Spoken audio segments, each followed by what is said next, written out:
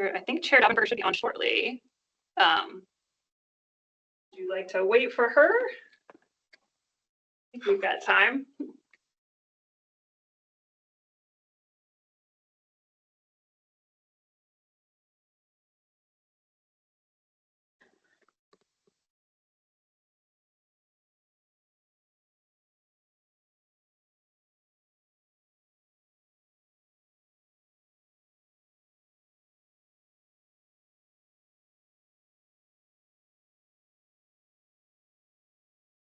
Thank you everybody for your patience as we waited out this scheduling challenge. Can you hear us okay in the room? As I noted, we have new tech. We hear it's better, but I want to make sure we're coming in and you can see everything. And anyone for board members online, you want to just let us know if you can hear us. Give me a thumbs up.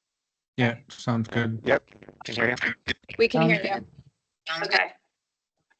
All right, fabulous.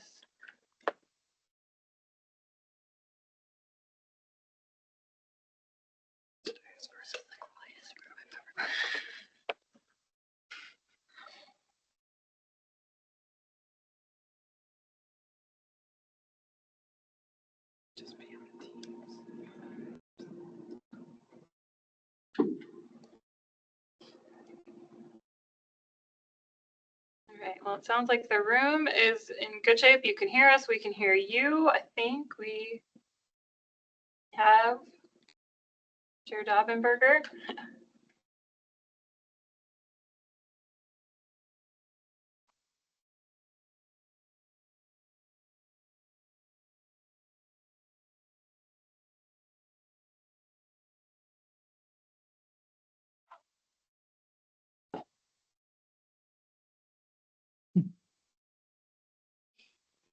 Right.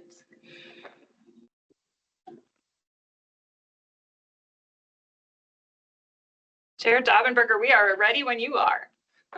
I'll turn my sound.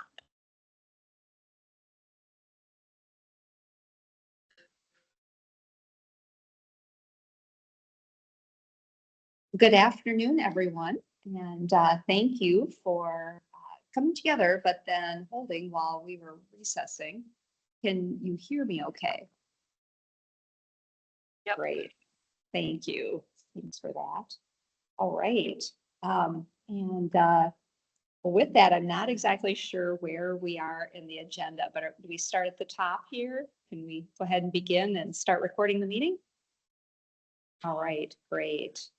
Well, then welcome everyone to the September meeting of the Environmental Quality Board. And my name is Nancy Daubenberger. I'm the Commissioner of Minnesota Department of Transportation and honored to serve as the chair of EQB, our Environmental Quality Board.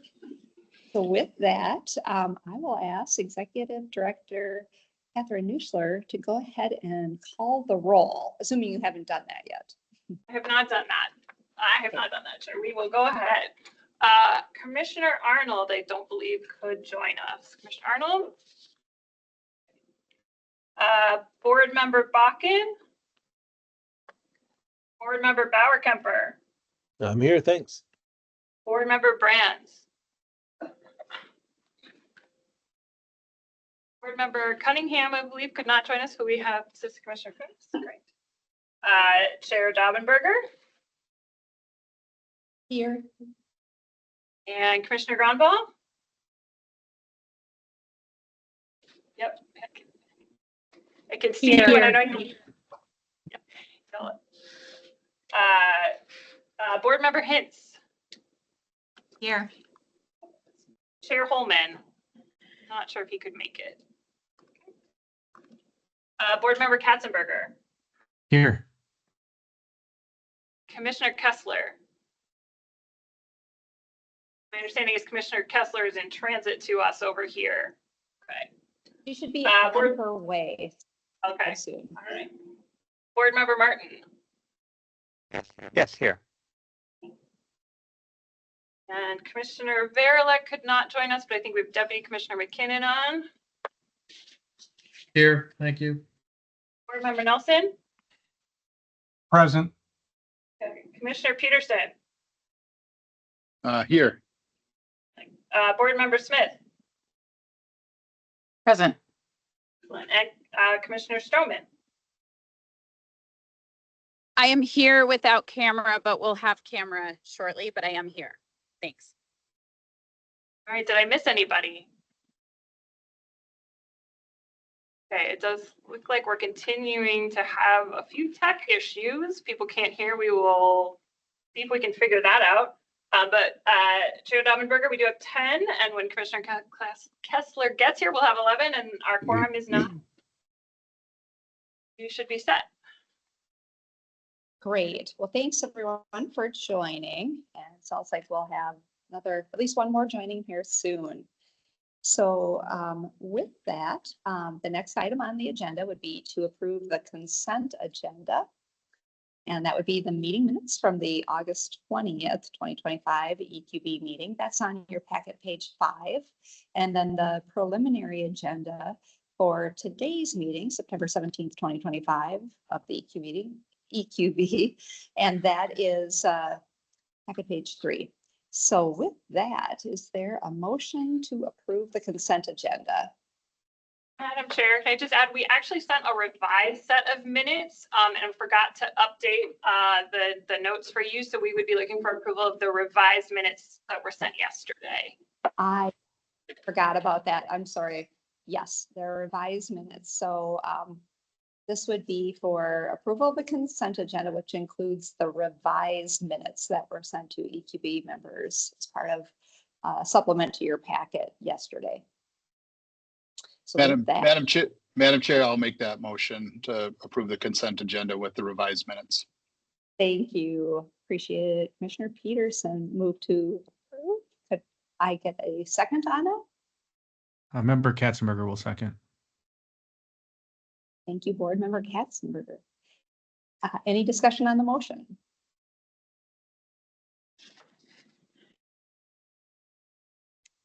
Not hearing any. With that, then, Executive Director Nuschler, would you please call the roll on that? Sure. Yes. All right, Commissioner Arnold, Board Member Bakken, Board Member Bauer-Kemper, Yes. Board Member Brands, Commissioner Cunningham, Chair Daubenberger, Yes. Commissioner Grunwald, Yes. Board Member Hintz, Yes. Chair Holman, Yes. Board Member Katzenberger, Yes. Commissioner Kessler,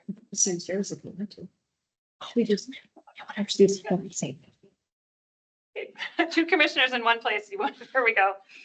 Commissioner Kessler, Transit, Board Member Martin, Yes. Commissioner Verlick, here, Board Member Nelson, Yes. Commissioner Peterson, Yes. Board Member Smith, Aye. and Commissioner Stroman. Aye. Right, that is 11 yes votes, Madam Chair.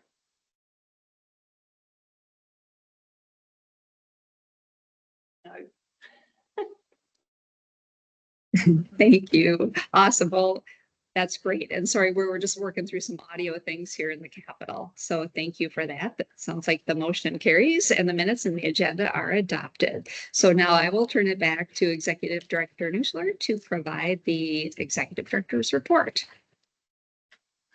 Thank you, Chair. Thank you to everyone joining us today. As I've noted, we do have new technology in the room, so you're getting some different camera angles. And we are understanding and seeing that some of you can't hear on the room. It seems most of you can. We're going to see what we can do. So I apologize for that. Like I said, they upgraded this room and we've got brand new tech we're working through, but I think it will be much more efficient for when we all are in one place. So we are still recording the meeting. If you are online, the meeting chat is open, but please keep that just for logistical issues. I appreciate knowing that people are working on technology, but we don't keep the chat. So please don't make comments in that chat that you need to be part of the record. Board members, we do welcome your questions, your feedback. The raise hand function is there for you, or you can jump in during discussions. You should be able to mute and unmute yourself. For the members of the public, there will be opportunities to give input to the board on both of our agenda items today. And when the time comes, when we get to the public comment portion of the agenda, please use that raise hand button. We'll add your name to the list of commenters, and then we will cue you at the appropriate point in the agenda. And then we will let you unmute and speak. There might be a slight lag, so just be prepared for that before you can actually click to unmute yourself. And of course, those guidelines are on the screen and in the packet. Right, and I do want to emphasize that providing input for the board on the information they're receiving or relating to is really, really helpful, but often we can't really answer questions, so please focus on providing input that is important to the decision or the information that the board is receiving. All right, moving on to the director's report. Today, I will let you know the groundwater policy report was submitted on Monday. Thank you to all of the interagency members of the team that helped put that together, and a big shout out to Scott Andre of the MPCA who designed it and made it really pretty and graphical and awesome. So it is we are working on getting it posted, all pieces posted on our website. Also, pollinator engagement. I want to say thanks to Rebecca for driving our engagement with the public on pollinators in the past few weeks. I think between Pollinator Day at the State Fair and the Minneapolis Monarch Festival, we talked to close to 1,500 people about pollinator and the values of pollinators, and gave them our, now famous bees or wannabes visual quiz. So thanks to Rebecca and to all the EQB staff and agency staff who helped out at those events. Really appreciated it. Data centers, I just want to acknowledge that last meeting we had a lot of discussion about data centers, some comments, and many of you expressed interest in hearing more. So I am working with the agencies to put together something for you for later this fall to provide some information on data centers. Also, in the next couple of weeks, I'm going to be out and about a little bit. Tomorrow, we have the annual Government to Government Climate Forum, so I'll be looking forward to going to that with many of our commissioners. I'm also attending tribal training at the end of next week. That was the last in-person conference I did right before the pandemic, so I'm excited to do it again in person. I'm looking forward to the refresher. And just a reminder for public members, public board members, many of you were able to take that training. If you have not and you want to, we can make that happen because of your position on the board. So if you're interested in the tribal state relations training, please reach out and let me know, and we can work on finding a training for you. And then the week after that, I'm going to be traveling with a Minnesota Ag and Food Economy tour. So I'm looking forward to getting out and about. Last but not least, I do have a staffing announcement for EQB. I want to offer my congratulations to Colleen, who will be presenting later today. She will be leaving the EQB in early October to take on a supervisor role at the MPCA, in which she will be fabulous, but we will miss her. Although she is irreplaceable, we have posted a backfill for that position that is posted through September 24th. So if you know anyone who would make a good addition to our team, please share that. And that is the director's report for today, Madam Chair. Great. Well, thank you, Executive Director Nuschler. And does any board member have any questions for our Executive Director?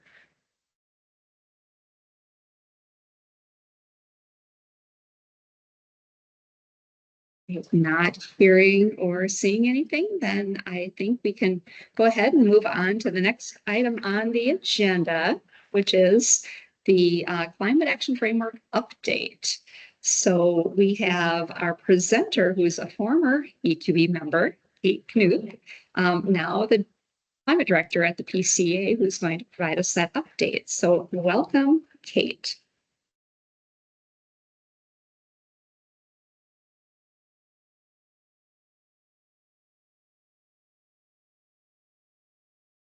All right. It feels, thank you, Madam Chair, as I'm talking into the room. All right, looks like the presentation is up. Hi, everyone, in the virtual, in-room world. I'm Kate Knuth, the Climate Director at the Minnesota Pollution Control Agency. that means I manage our climate section at the PCA, and then also do a lot of coordination and work with the interagency climate subcabinet, of which many commissioners are part of from the EQB. There's some significant overlap. The subcabinet consists of 17 agencies and boards and authorities within the state executive branch focused on planning for and taking action on climate change. And I am here today to talk about updating our state's climate action framework. And I'm really going to be focusing more on the process, in particular the engagement, and let you know that as we're in the last few months of this update process, let you know where we have one final round of public engagement, and then obviously happy to answer questions if folks have any questions or comments after. So Minnesota in September 2022 published the state's first climate action framework, which is really a way to forge our path forward to building the climate future we envision as a state. And that climate vision has 3 parts. And when we do this work across agencies, we do focus on all 3 pillars of this vision: carbon neutrality, so achieving carbon neutrality by 2050 with a 50% reduction by 2030. That was originally put in the 2022 framework, is now in state statute. A Minnesota that is resilient, so Minnesota communities can plan and prepare for climate change and take action to make sure Minnesotans are protected in their homes and communities, and we have resilient natural spaces as well. And then finally, equitable, recognizing that some that everyone experiences climate change, but some Minnesotans experience the impacts disproportionately, and we need to work to make sure all Minnesotans benefit equitably from the investments we're making to address climate change, don't have disproportionate harmful impacts, and are included in the planning processes. In the first framework, there was some targets put out. I noted these: the 50% reduction by 2030, net zero emissions by 2050, which again are now in state statute, and then really prioritizing resilience investments across the state over the next decade. And I think it's important to note with this framework, it's not just a state government thing to be working on climate. In order for us to meet our goals and to achieve that vision, we need action across levels of government, businesses, nonprofits, and individuals. The 2022 framework came out in September, and in 2023, you all, I'm sure, remember, Minnesota took a big leap forward with 40+ climate action programs that were passed into law, including 100% clean energy, including significant investments in various kinds of rebates, transit funding, $100 million Resilient Communities grants that has now gone out to over 150 communities across the state. And then the federal action with the Infrastructure Investment and Jobs Act and the Inflation Reduction Act, which had significant climate investments as well. We are updating the climate action framework and have been working on this for about the last year. And we're using the update to identify and implement ambitious policies, projects, and programs that come closer to the pace and scale necessary to achieve our climate vision and goals. And we've been able to build on what was put out in 2022, do significant engagement with Minnesotans, and I'll talk a little bit also about some modeling and greenhouse gas emissions forecasting and benefits analysis that we have been able to do through this process as well. Just a reminder of where we are. This is a graph we look at a lot in the climate world. This is from the 2025 greenhouse gas inventory that came out in January of this year, and it's backwards looking. So it goes through 2022, that green line. You'll see our goals that we have in statute, and then the blue line is the progress we're making towards those goals. Emissions did bounce back after the worst of the pandemic, but they do remain below 2019 levels, and we do have significant work to do to get closer to achieving our statutory goals. Through this process, as I noted, we started it last fall, inviting Minnesotans to get involved in the process, to sign up for what we call sector-based conversations. And last winter, We put out an ideas for climate action document that had revised initiatives and sub-initiatives within it, and then also included some of our early modeling results. This past June, we put out a draft action steps document, which included updates to our action steps as part of the framework. And during each of those opportunities, we had sector-based conversations around each goal area. We opened it up for public comment, received over 200 public comments, some of them very extensive, pages long from different groups. And then throughout the process, through that time, we're doing ongoing meetings with tribal environmental staff as well as local government representatives to make sure that we are having a stronger focus on those really key partners in this work. This fall, we'll be putting out the full draft of the climate action framework. So this will be coming out soon. It is the next opportunity for public engagement to make specific comments on this work. So we are hopeful that folks on this call are checking that out and engaging in this. And we appreciate EQB hosting our engagement website. If folks are really tracking, that website has a little snafu, but we're working on fixing it, and it'll be up before that draft climate action framework is out later this fall. We have already updated the framework goal areas. We started in 2022 with 6 goal areas. We now have 7, basically teasing out clean energy and efficient and resilient buildings. They're related, but pretty significant buckets of work in each of those. So that is something that has come through this process and shifted a little bit how we're thinking about the broad ways we're moving this work forward.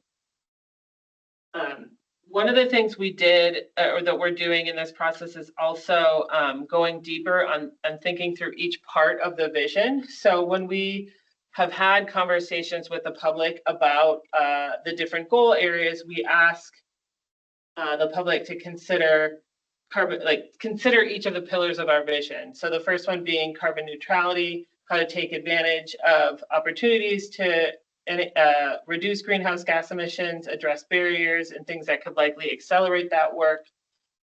For resilience, we're asking questions like how people see the risks in different contexts around the state, how to strengthen long-term adaptive capacity rather than just short-term solutions, and promote systems levels resilience across infrastructure, food, water, et cetera. How can we make those connections that'll help prepare and protect Minnesota communities for climate change?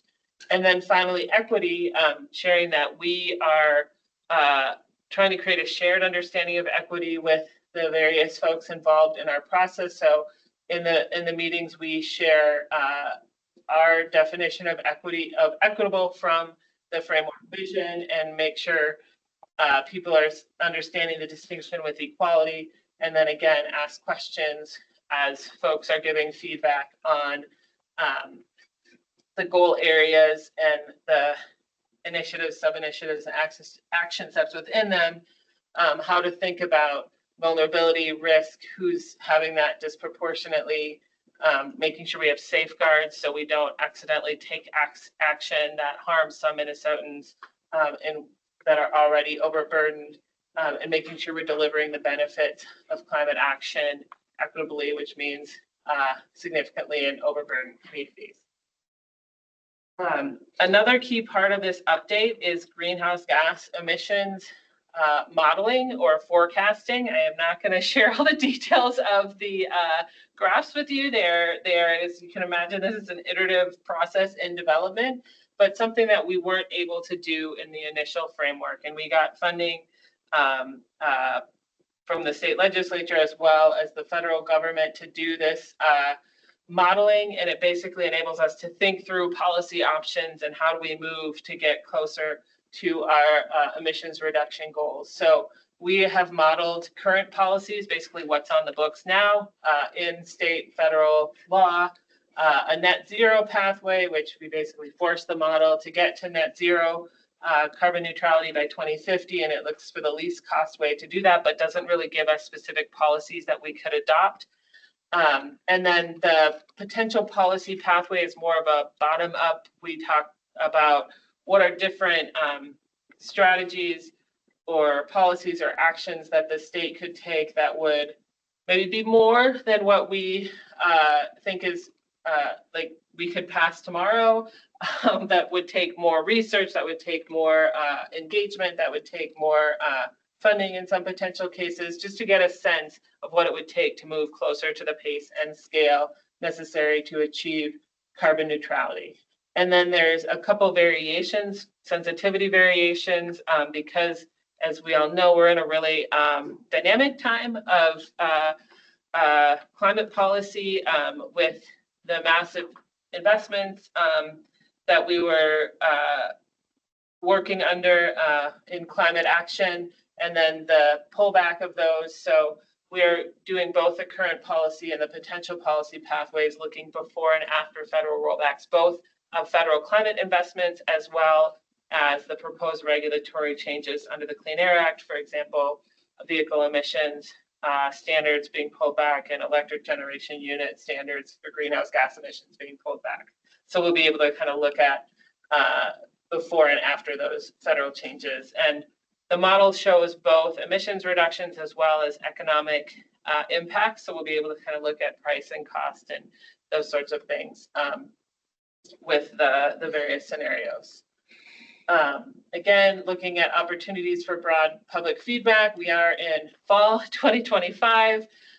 So we will soon, this fall, be releasing our full draft, and really excited about having those conversations with Minnesotans across the state, and hope folks will be digging in on that and helping us make the framework as strong as it possibly can be. And then I think, as maybe even more importantly, helping us implementing the framework as effectively as possible.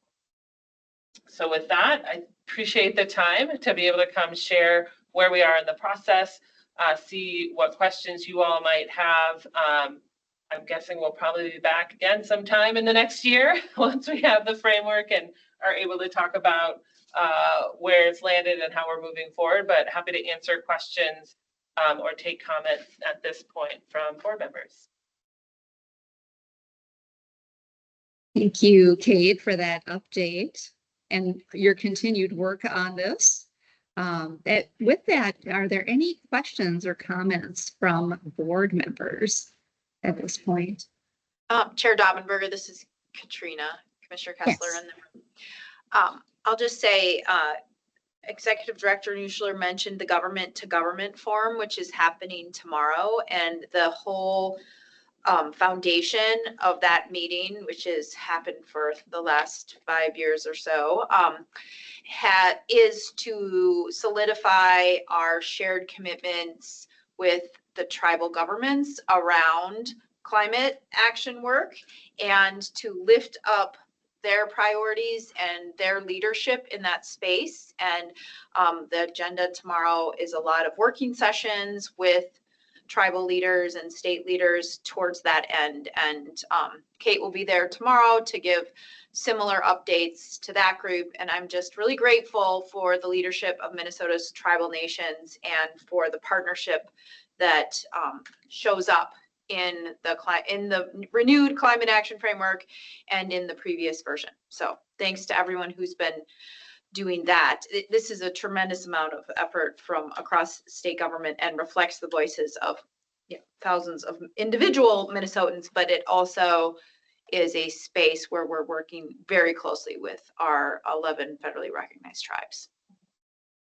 So just a comment.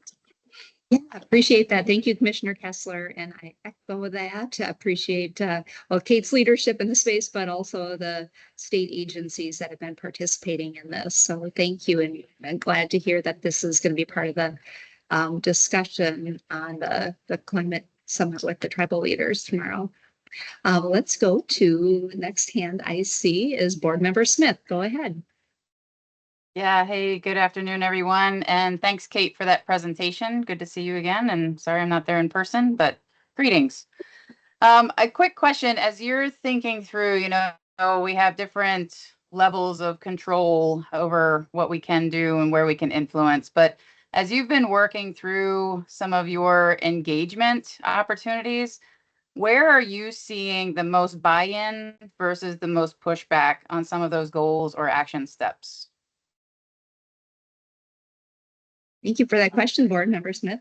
Kate, do you want to take that? And then maybe other Yeah, board members can chime in too. Thank you, Chair Daubenberger and Board Member Smith. It's a great question. I think one we continue to sort through. I would say my biggest, very high level takeaway is that Minnesotans broadly really want to see the state leading on climate action. They're feeling the impacts in terms of the air quality this last summer, the heat, flooding, the winter that wasn't that we've experienced in the last few years. And I think Minnesotans are also excited about the benefits that they can see in their day-to-day lives with healthier indoor air quality, with electrification, or having more transit options with the significant transit investments. So I think that, to me, it's a really hopeful place to be working, because so many Minnesotans are engaged in the process and really are excited about and are pushing the state as a state government to lead, and then also coming into partnership and collaboration in that. So that's at the highest level, but I think it's a really fundamental thing about the climate action framework is that it reflects a real desire for Minnesota to lead in this space, and especially as we're seeing changes in the context around us, to lean even more into that leadership. I think it's been really exciting. In addition, we had really, I think, strong coordination with tribal governments in the last framework and continued to do that. We had a staff person specifically focused on it, but we're also able to do more ongoing conversations with local government leaders, which we think strengthens the framework and our ability to work across levels of government, and then had a really more in-depth equity-focused conversation across many months. And I think we often heard we want to be more engaged. We want to get our voices more heard. And I think that's always going to be a tension, working statewide with many different voices and interests. But I think that was my biggest takeaway. And in terms of pushback, I think there are definitely conflicting pieces of input. We're trying to manage lots of different perspectives. So I don't, it's hard to pick one specific place, but rather it's sort of just learning to navigate that push and pull within each of the specific issue areas. And I think one of the things that's really exciting, just to reiterate for folks, is how much interagency infrastructure has been built up around this framework. So we have a cross-agency steering team that meets weekly. We have goal teams that are all across agency, interagency, that help develop each of the chapters of the framework. So it's really embedding itself within the different agencies across the sub-cabinet, which just strengthens our ability to move as a whole state enterprise. Commissioner or Chair Daubenberger, this is Katrina again. Maybe I would just add to the really helpful response that Kate gave. I think people care a lot about this. And whenever you have like big feelings and just like, I will also just say like real fears about what is in front of us, there's going to be tension. And I think balancing that with the federal landscape and also a limited budget is hard, and there's tension there. And I think you're going to have real high expectations from some, and then some who are like having to be the Debbie Downers of the world that say, well, there's no money for that anymore at the federal government, and we don't have a lot of money at the state, so why are we doing this? Put our head in the sands type thing. So like that type of tension exists. I'll also say I'm super pumped that we have the modeling, and all models are wrong and most models are useful. And there are tensions around inputs to the models and how certain sectors are represented in the models. And that's true for all models. And I kudos to the team to continue to persist to do this, because this is what people are asking for. This is what they asked for last time. If we do everything, how close will we get?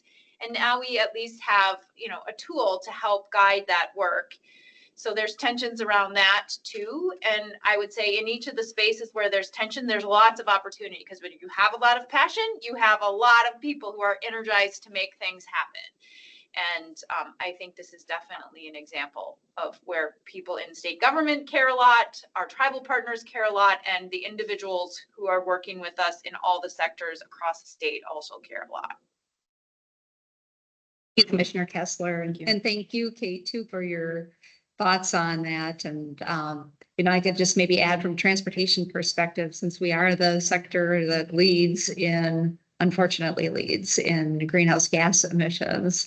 One of our goals from our statewide multimodal policy plan is to reduce vehicle miles traveled. And that is 20% per capita by 2050. And there is a lot of excitement around that, how we could get there, but then there is a lot of concern that gets raised too about how are we going to get there? It's all about, providing other modal choices for folks so that they don't have to get into their motorized vehicle to get to where they need to be for everything, and planning trips differently.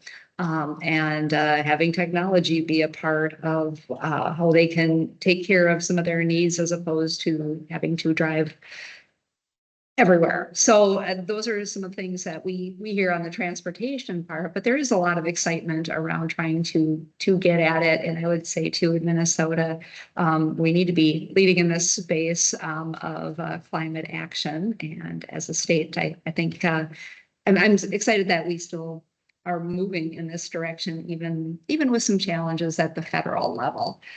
So just wanted to add that to the conversation too. And I see Nick, Public Board Member Martin has his hand up. Go ahead. Yeah.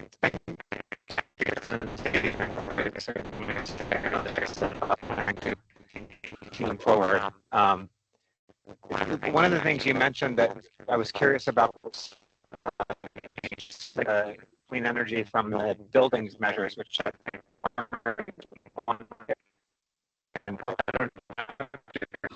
more about that and the actions that are in those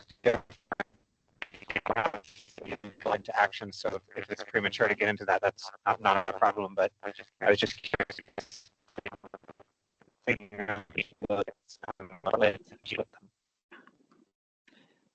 Yeah. Thank you, Board Member Martin. And I see a note in the chat that it was breaking up for Ann Keeling. It was also breaking up on my end here at the Capitol. But Kate, did you hear most of that question? Did you get it? I think he's asking about the No. building sector. Okay, the buildings. And like, what are potential actions around? Efficient and resilient buildings. Okay, so as you can imagine, buildings are a very distributed greenhouse gas emission reduction challenge, but I think we have a lot of work focused on housing, both multifamily as well as individual homes and weatherization. There's a lot of interest in thermal energy or geothermal energy, thermal energy networks. We as a state passed significant building code upgrades within the last couple of years. So achieving those and making those, implementing those well will be really important for new buildings and upgraded buildings. And then I think one of the things we've really tried to pull together with the buildings is it's very intentionally called efficient and resilient buildings as goal 7, recognizing that the goal of having Minnesotans safe in their homes and prepared for climate change in their homes. It's both energy as well as resilience to more extreme weather, to being able to handle the heat and the wildfire smoke. And so that those things really come together. A lot of the actions overlap. So you'll see more specifics when we publish our draft. But that's sort of some high level reflections on that sector. And I don't know, I heard something about clean energy in there as well, but it was really garbled. So if I didn't answer it, let us know. Board Member Martin, do you want to try again with the part of your question or comment about clean energy? He might Maybe be he's typing it. typing. Yeah. That was the essence. Okay. Great. Great. All right. Thank you, Board Member Martin. And thank you, Kate. Any other questions by board members?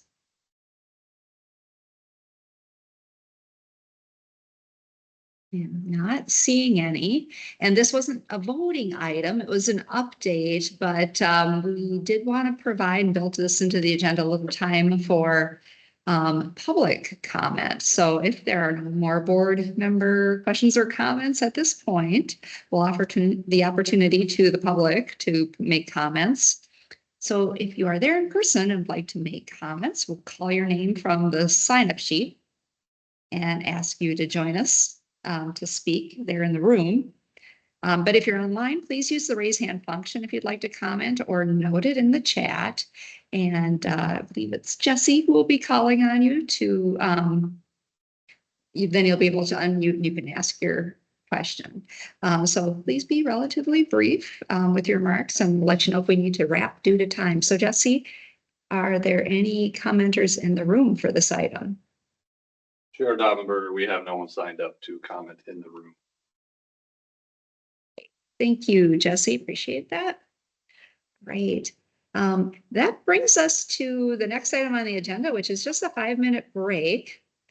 And why don't we go ahead and take that since I know the next item is kind of a long one, or it could be. So why don't we go ahead and take that 5-minute break? So if folks could come back at about 2:23, that would be great.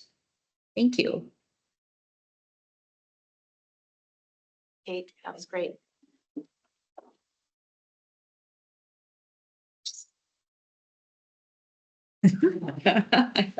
Thank you for letting me use your audio. So, since my last update on my computer, I've had sketchy audio issues. Like it's just not reliable. Like sometimes Chair I'll, in my- Davenport, we can still hear you. oh,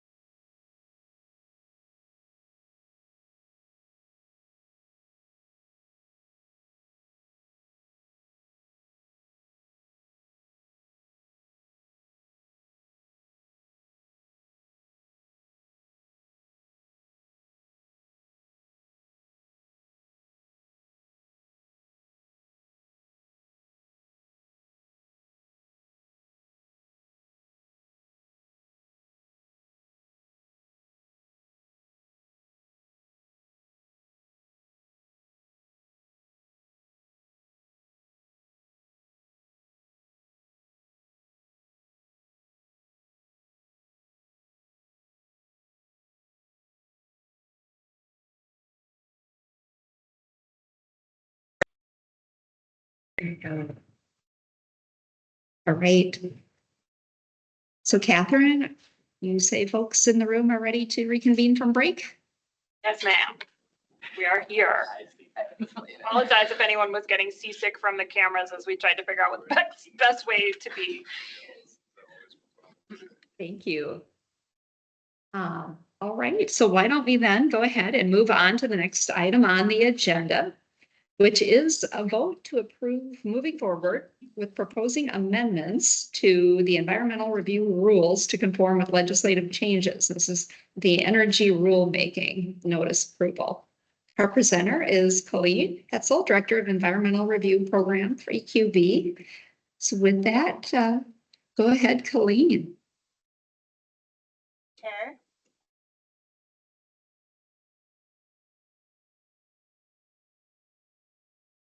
So first I want to just ground us today in what we're going to be talking about. Again, I'll be talking about a background and the kind of the final draft materials for the rulemaking process. And I want to note that there are several documents in your packet that were sent out. And just to also remind you that there was one sent out yesterday, which is the reviser's draft rule language. It's the shortened version. So it's only 5 pages if you don't want to look through the longer one that was sent in the earlier packet. It just removes much of the language that is not being changed so that it's just easier to find. There's also a process and what will be happening next for the rulemaking process. Walks through kind of the different stages of the rule. There is a justification memo that provides detail as to why we are making these changes and what the changes are. And then we also have in there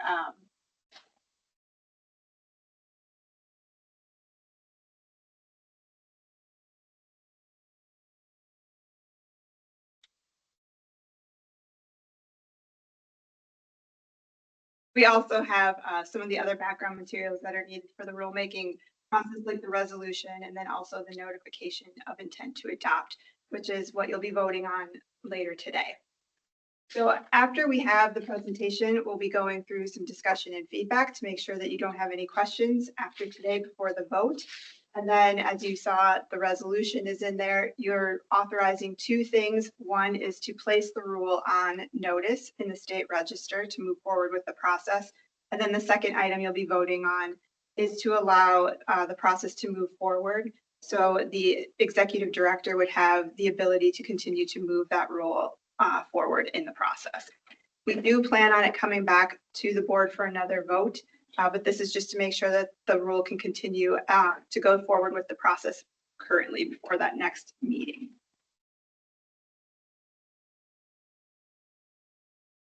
So I wanted to start on where this process all began, just so that we're all grounded in the same space.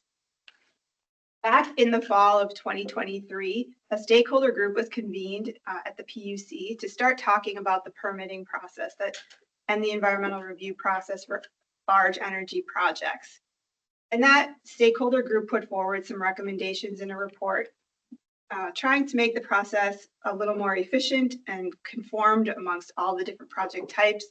And that went to the legislature. And during the 2024 legislative session, a lot of those recommendations from the report were taken and put into an act or a bill, and it put forward as the Energy Infrastructure Permitting Act. So that's where we got to this point. It kind of took a lot of those large energy infrastructure projects, brought them together and made the process, instead of it being in several different statutes and rules, in one place, and made them all a little more efficient and all kind of more uniform in how they were happening.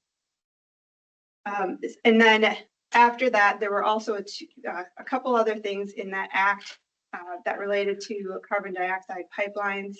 And then also the PUC staff from Department of Commerce that did environmental review were moved to the PUC for environmental review. When that happened, they also then noticed that the EQB rules would have to be conformed to match this new statute, which is Minnesota Statute 216I. for large energy infrastructure projects. EQB has this authority to do rulemaking. It's in Minnesota Statute 116D. So board members can vote and authorize staff to move forward with the rulemaking process. And then another statutory authority was granted within the act itself that required EQB to adopt the rules to make sure that they conformed with the newly passed statute 216I. And if it hadn't, if they're not, you know, if they hadn't passed this, we would have had conflicting environmental rule review requirements for the two different, for the statute versus the rule. So this is something that has to happen.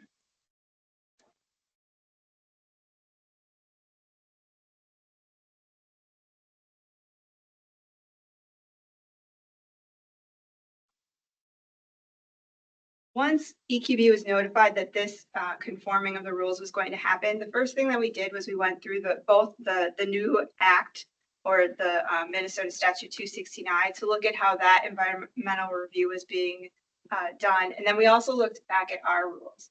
And in the past, the way that we've conformed rules is that we've added those projects into Minnesota Rule 4410 to try to have everything in one place and make it as user-friendly as possible.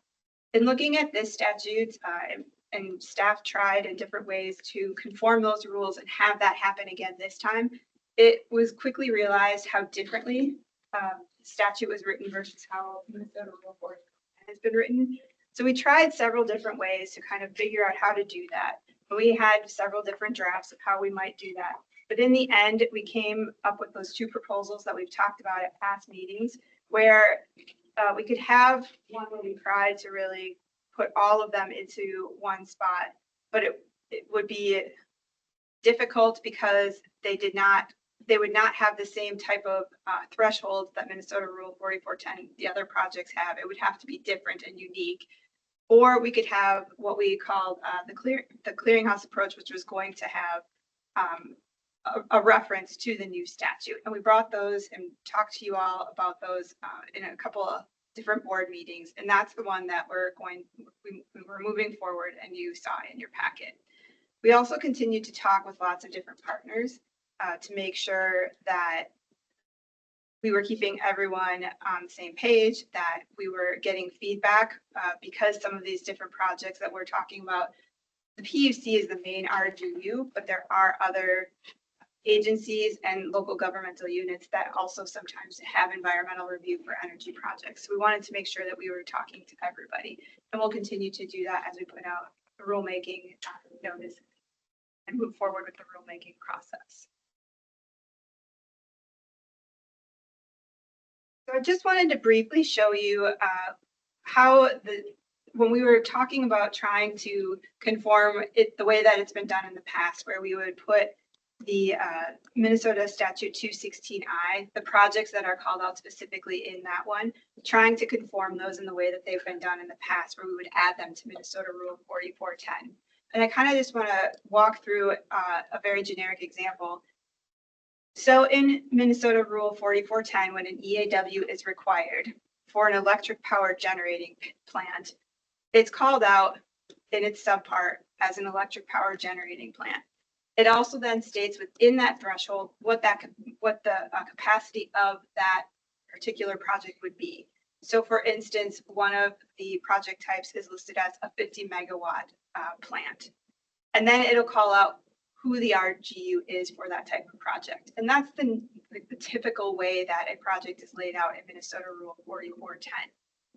In Minnesota Statute 216I, it's kind of flipped around a little bit. So the way that it's written, it's an EIS is required for large energy infrastructure projects in general. But then after that, it has exceptions listed and it kind of goes down from there. So an EIS is required for all large energy infrastructure projects, except if, and then it calls out different thresholds. And in this instance, a large electric power generating plant that is greater than 50 megawatts, but less than 80 megawatts. And then if it fits into that, then it can actually do an environmental assessment. And that environmental assessment might be done by the PUC, or it might actually be done by a local governmental unit. And because it has all of those exceptions written into it, it makes it very difficult to just mimic the style that was written in Minnesota Rule 4410, where it's one project type with one RGU and really just that one threshold.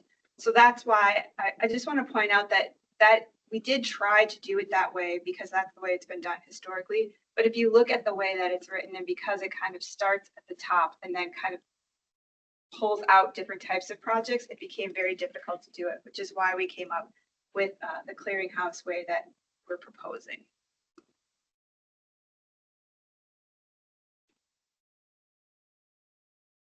Before I go on too much further, I just want to remind everybody what those types of projects are that fall under large energy infrastructure facilities. So the project types are high voltage transmission lines, and those had been in 4410 previously. So that is a project that we needed to conform because it was in both places, as well as large electric power generating plants. Energy storage systems are called out as a new type of project in 216I by themselves. Large wind energy conversion systems, associated facilities, which is new and we've talked about previously, which are those types of facilities that are connected to the large energy infrastructure projects. So they can be things like transmission lines or other smaller plants that are associated with the larger plant and other things that are necessary for the project. And then solar energy generating systems.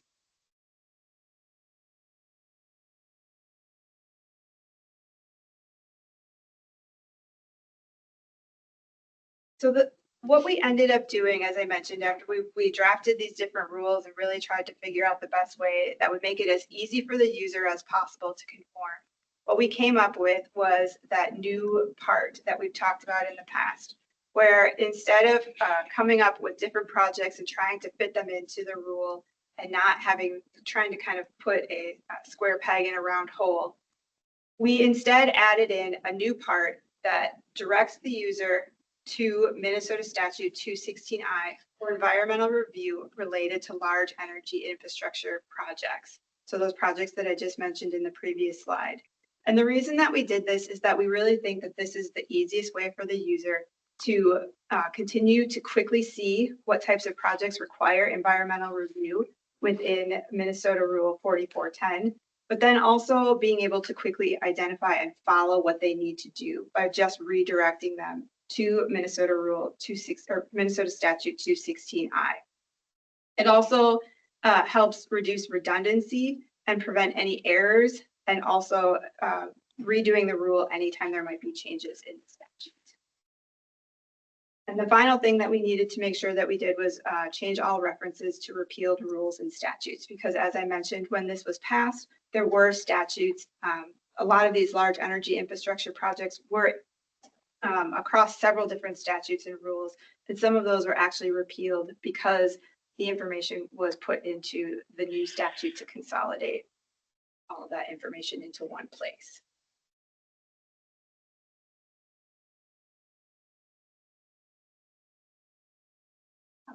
Like I mentioned earlier, not only was the Minnesota Energy Permitting Act passed, but within that were a few other things that were also in the act. And one of those, like I mentioned earlier, was that the staff from Department of Commerce that were in the environmental review area, they were moved over into the Public Utilities Commission to continue to work on environmental review.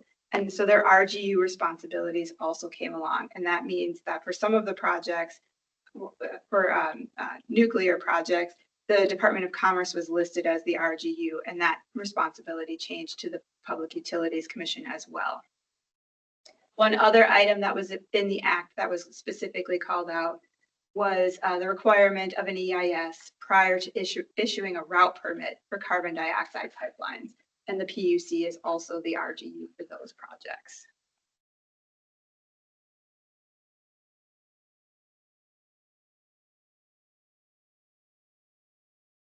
And I just want to start pointing out what some of those differences are, what some of the parts of the rule that needed to change as we move forward, and why.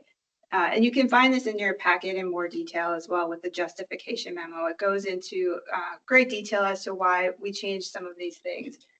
But in the rule were different types of projects like electric generating facilities and transmission lines that were now going to be covered in the newly created statute, Minnesota Statute 216I. So for the projects that qualified as large energy infrastructure facility projects, a lot of those we didn't want to have in two places. Again, to remove that redundancy and also remove the opportunity for error because those projects changed in how they're called out. So for the ones that already qualify as large energy infrastructure projects, we're repealing or we're removing those, repealing those. But we are keeping the electric generating facilities that are smaller, that don't actually qualify as large energy infrastructure facilities. And so you'll see in your materials that there are some electric generating facilities that we are recommending stay. We also made sure to make it as user friendly as possible that we're adding in some signposts within the mandatory categories. As we mentioned before, the mandatory categories had kind of been the catch-all place where you would see every type of project that needed to undergo environmental review. And since some of these are now going to just be in 216I, we wanted to make sure that within the mandatory category area, we're still making it user-friendly and showing people that there are types of projects that they might not be found in 4410 any longer, but they still have the requirement for environmental review. So it's right at the very beginning of both 4410, 4300, which is the EAW mandatory category area, and then also in 4410, 4400, the EIS mandatory category area. At the very beginning, we're having a signpost or something that right off the bat tells you that if you're looking for these types of projects, environmental review is still required, and you will go to the new part, which will then take you back to 216I, so that people are aware that those types of projects have a different type of review, but are still required.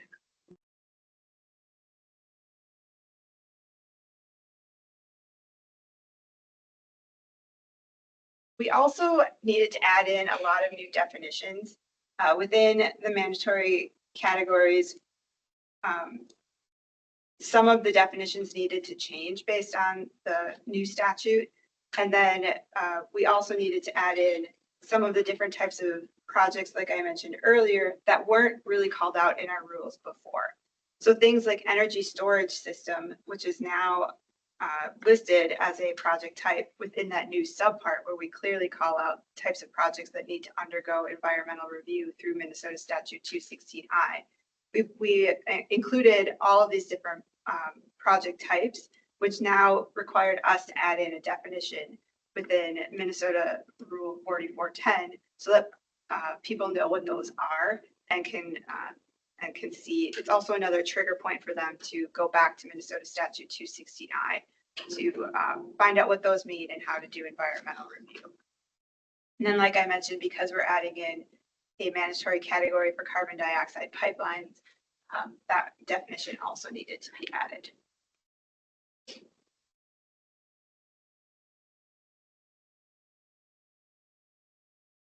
Here's a quick summary of all of the changes that were made.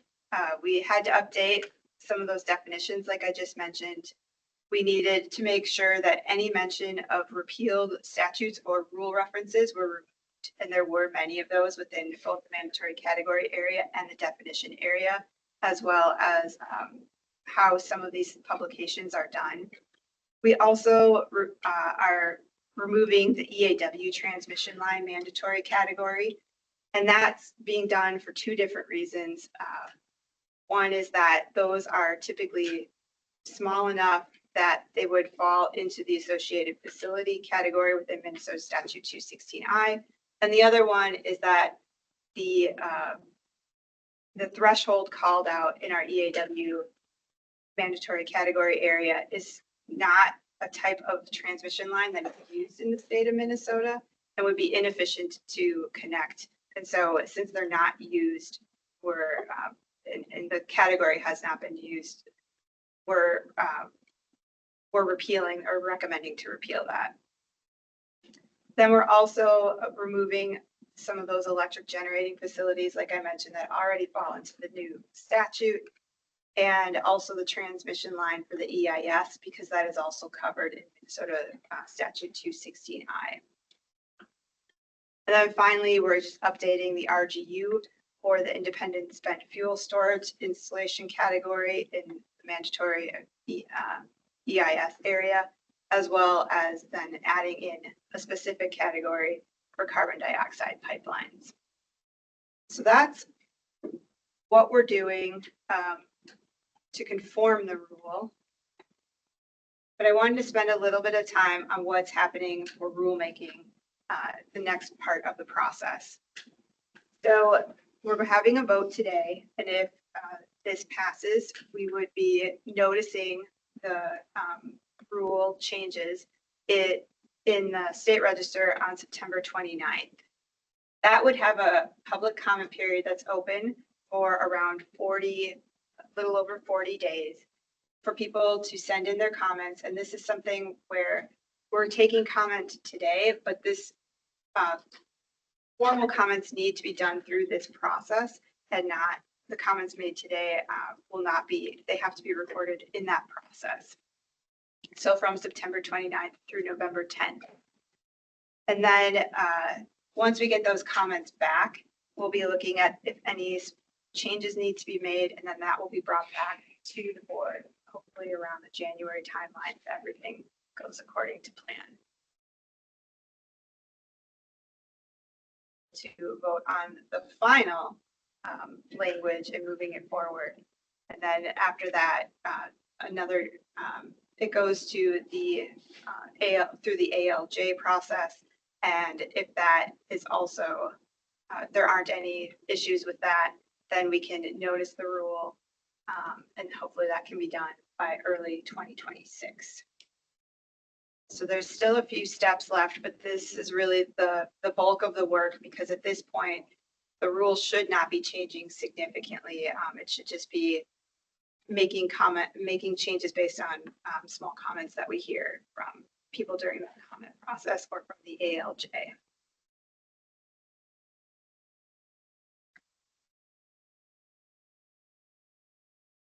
And so basically, I just wanted to remind you what the resolution is for today, and that's to initiate the expedited rulemaking process to adopt these. So that means that we'll be putting forward the notice of intent to adopt in the state register with the revisor language that it was in the information that was sent out yesterday.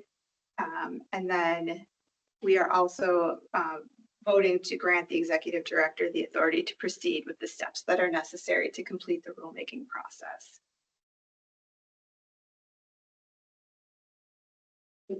Are there any questions on any of the materials that were in your packet or anything that I was talking about today?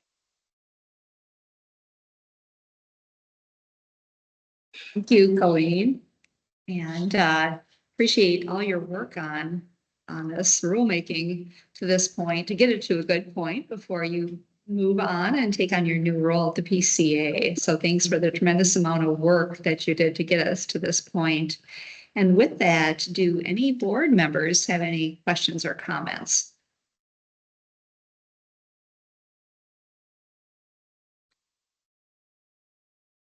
Maybe again, so there's a resolution in your packet, and we're going to be voting, taking a vote on this today too. And before we vote, we'll go to public comments on this item as well. We built in time on the agenda for that too.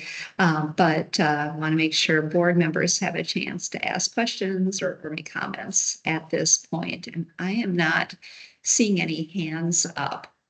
Director Nuschler, are you or your team there seeing any hands up? No, I don't see any, Madam Chair. Okay, thanks. So just as a reminder, and this was one of Colleen's last slides, that the resolution is to vote to approve on moving ahead with the rulemaking process and to give Executive Director Nuschler the authority to expedite the process and take it from here. So I'm still not seeing board member comments.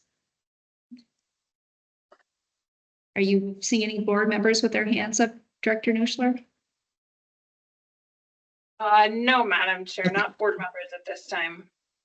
Okay, then I think we'll go ahead and move on to the public comment period for this item. And maybe one last check. Do you, is it still the case where there are no public commenters in the room? Madam Chair, that is correct. It looks like we do have a virtual hand raised, however. All right, so we can go to the virtual folks, but just as a reminder, if you're going to speak online, please use the raise hand function. I see we do have a hand up. And if you'd like to comment, you can note in the chat that you'd like to comment too. And then Jesse will call on you and you'll be able to unmute and speak online. But again, please be relatively brief with your remarks. And I'll let you know if we need to wrap up your comment due to time. So with that, Jesse, why don't you go ahead and call on the first commenter? Chair Daubenberger, we have Renee Keyser. Renee, you should be able to unmute now. Good afternoon. Thank you for this time to be able to speak on this matter. My name is Renee Keyser. I'm the Water Resources Manager for the White Earth Band of the Minnesota Chippewa Tribe. One of the questions I have is the EQB planning to bring this to the Minnesota Tribal Environmental Committee, also known as MINTEC, to provide this information to tribal environmental staff? And then what is the timeline for consultation coordination for tribes within this short timeline between September and November?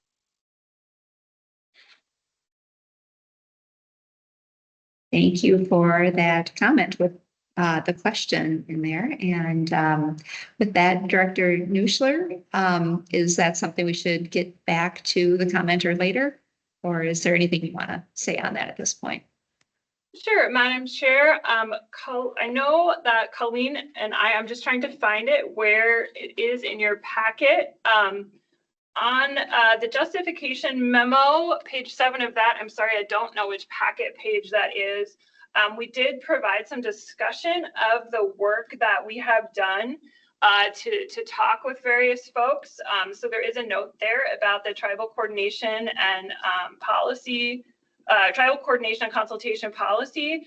We did discuss this at MINTEC on December 13th and December 13th of last year, February 13th of this year, and then a meeting in June where we went through the conforming changes in detail.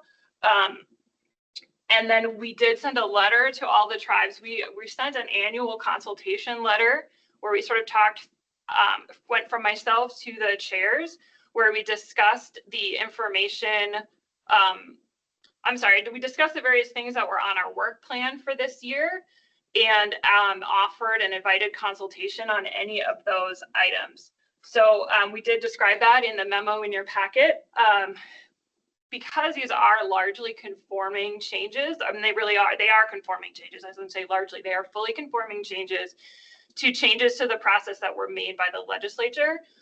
So that we don't believe that the work that we are doing specifically has substantive tribal implications, because the implications really were in the legislative decisions and not the conforming changes. Does that mean in plain language? Thank you. Sorry. Thank you. Madam Chair, Commissioner Kessler just asked me what that meant in plain language, which basically means yes, yes, the legislature did change the way that some of these projects are going through environmental review. And but all our rules are doing is making sure people know that happened, and those are not our decisions about how things were changed. Those are legislative decisions that were made by the legislature that now we're making our rules match. Good plain language. Thank you so much. And thank you, Katrina.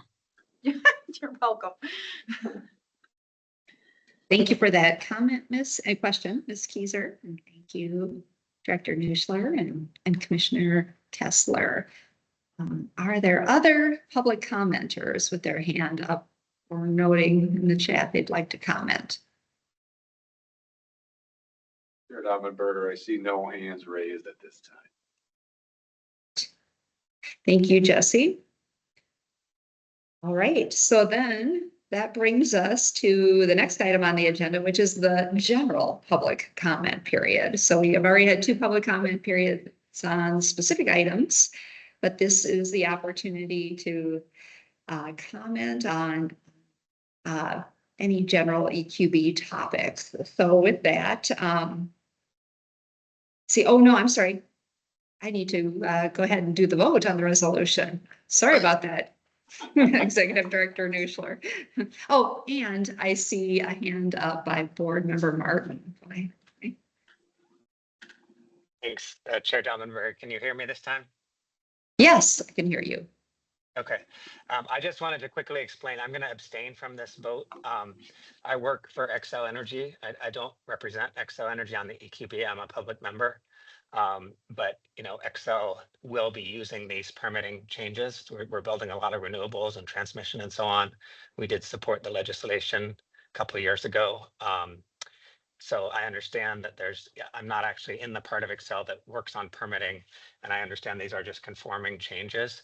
So I don't think I have an actual conflict of interest, but in case there would be a perceived conflict of interest, I just wanted to abstain from voting on this and be transparent. That's my day job. So. Thank you for providing that explanation, Board Member Martin. I appreciate it. All right, so with that, the vote, there is the resolution in your packet. And again, to initiate the expedited rulemaking to adopt the amendment to Minnesota Rules 4410 to conform with the legislative changes to environmental review for energy projects and to allow Executive Director Nuschler to proceed with the rulemaking steps. So is there a motion to approve of the resolution? I'll make that motion. This is Commissioner Kessler in the room. Motion by Commissioner Kessler, thank you. And is there a second?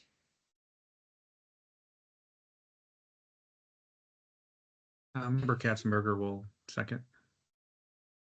You, Board Member Katzenberger. Right, any discussion on the motion?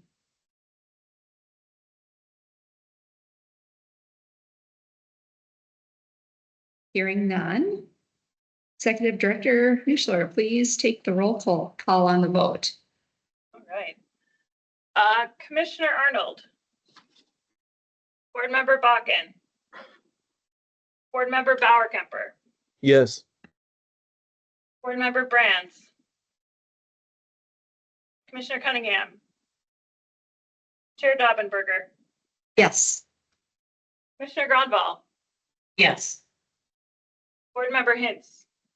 Yes. Chair Holman. Aye. Board Member Katzenberger. Yes. Commissioner Kessler. Yes. Board Member Martin. I'll abstain. Commissioner Verlick. Board Member Nelson. Yes. Commissioner Peterson. Yes. Board Member Smith. Aye. Commissioner Stroman. Aye.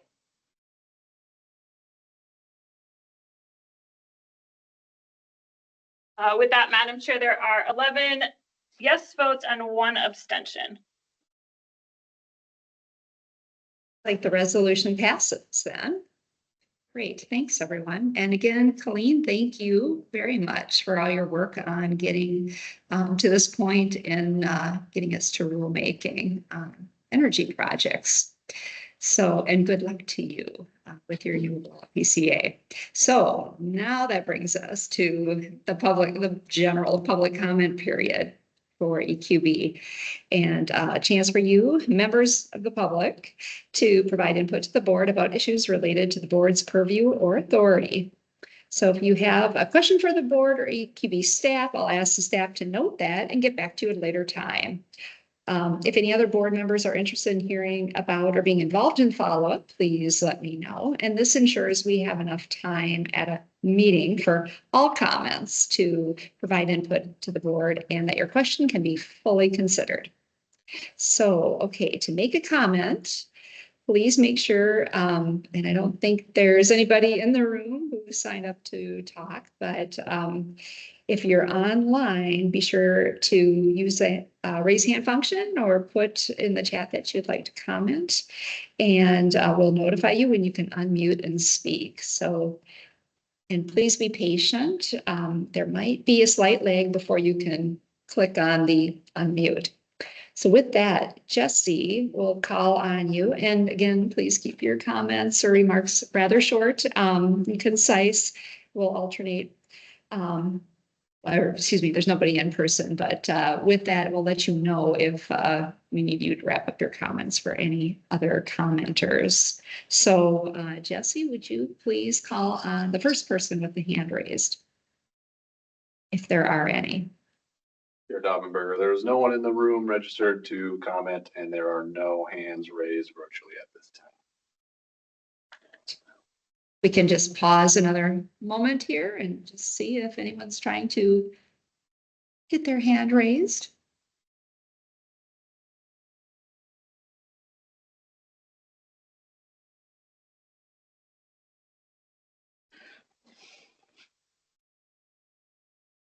Jesse, I'm still not seeing any, but checking with Nothing here, you. Chair.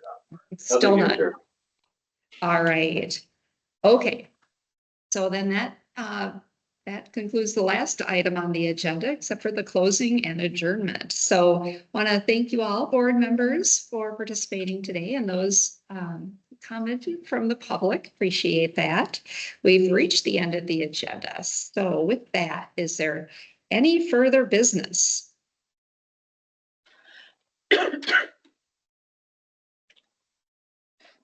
Madam Chair, I move that we adjourn. I second that. All right. Thank you. And I do understand we don't need to vote on adjournment. So thank you for that. And if there are no other comments or any new business from board members, I think we can go ahead and adjourn. So thanks, everyone. We'll see you next month. Thanks, Phil. Thank you. Thank you. Yay.